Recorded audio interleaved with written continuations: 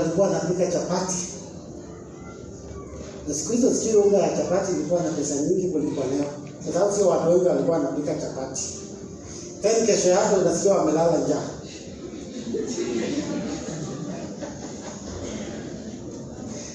Sisi tunaona watu wako juu sana bwana. Wanapika chapati. Tena kesho yake unasikia tulilala njaa. Unashinda. Kwani huko kunaenda aje? Ni kupanga mipango vibaya.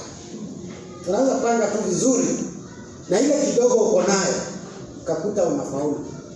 Wamama nyinyi mkiamua kupanga vizuri mnaweza panga. Lakini mkiamua kuwa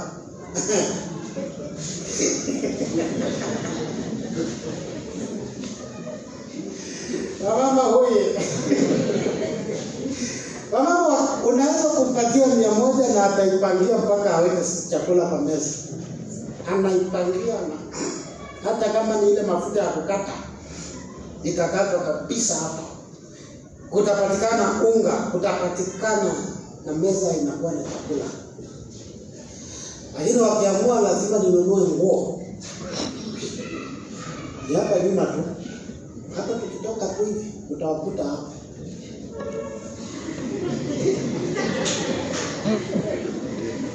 Na nyumbani hakuna food. Hakuna food. Na sio kwamba hana nguo. Nguo anazo lakini ameamua leo lazima nivae nguo nyingine. Yeah. Determine not to spend more than you earn. Then number 4. If necessary, sell some of your items to free your debts. Kama inawezekana, unaweza kuuza vitu zingine ndio uondokee deni. Ulipe na malizane. Kama inawezekana, sijasema lazima, kama inawezekana. Unaweza kuuza vitu ambavyo uko navyo, baadhi ya vitu ambavyo uko navyo na ukalipa madeni. So madeni si mzuri. Especially ile madeni inakusumbua kulipa. Hiyo si madeni mzuri. Na tumekuja kuomba Mungu atusaidie tusijikute hapo. Kwa hivyo ninataka tumalizie na tusimame tuombe. Hii ibada haijakamilika mpaka tuombe madeni. Tuombe Mungu atusaidie tutoke kwa hiyo hali katika jina la Yesu Kristo. Unajua watu saa wengine wanaogopa kuomba wasikike na jirani. Na mimi nitakuombea. Sasa siogopi, Bwana asiwe sana. Watu hataki jirani ajue kumbe huyu ako na madeni. Tunaomba generally, tunaombea kila mtu. Kwa hivyo sio wale wana madeni wanaomba. Tunaomba maombi ya jumla. Tunaomba hii familia kubwa ya New Life isikuwe na madeni. Tunaomba familia zetu zisiwe na madeni. Tunaomba tupate kufaulu katika maisha yetu.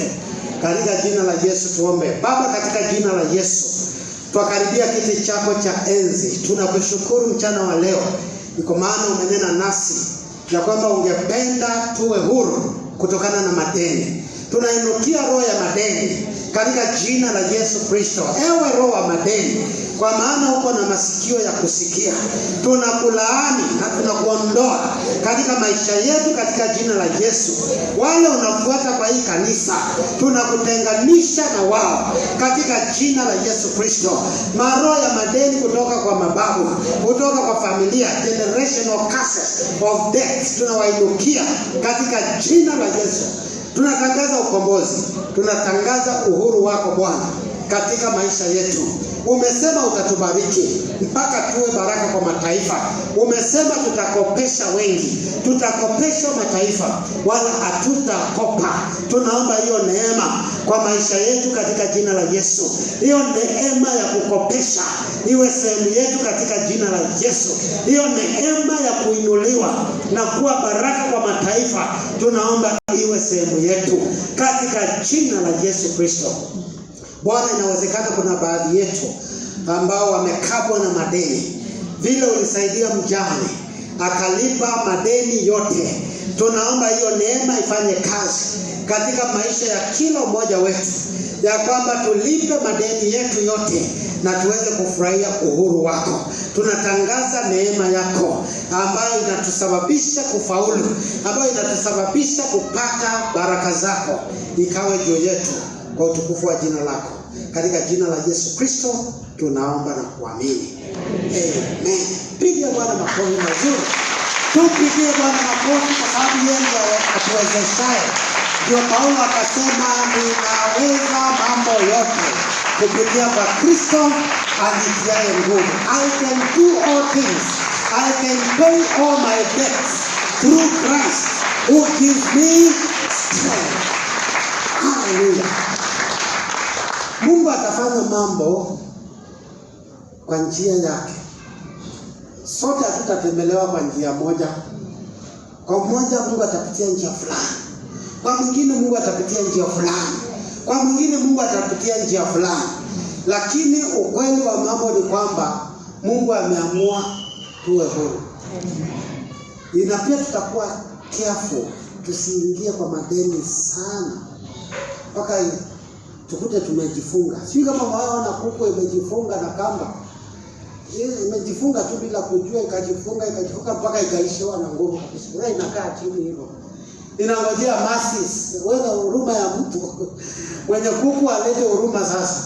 Kwa sababu imejifunga imeisha nguvu. So usijifunge na madeni, ujifunge.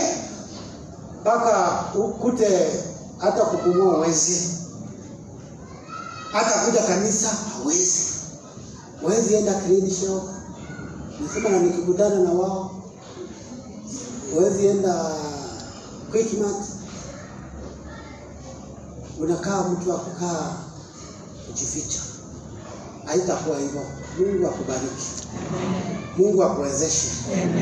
Mungu akutane na mahitaji yako. Akupee mapato ambayo inakutosha na zaidi ya hiyo. Ya kwamba ubarikiwe. Asante kwa kuja kwa hii ibada.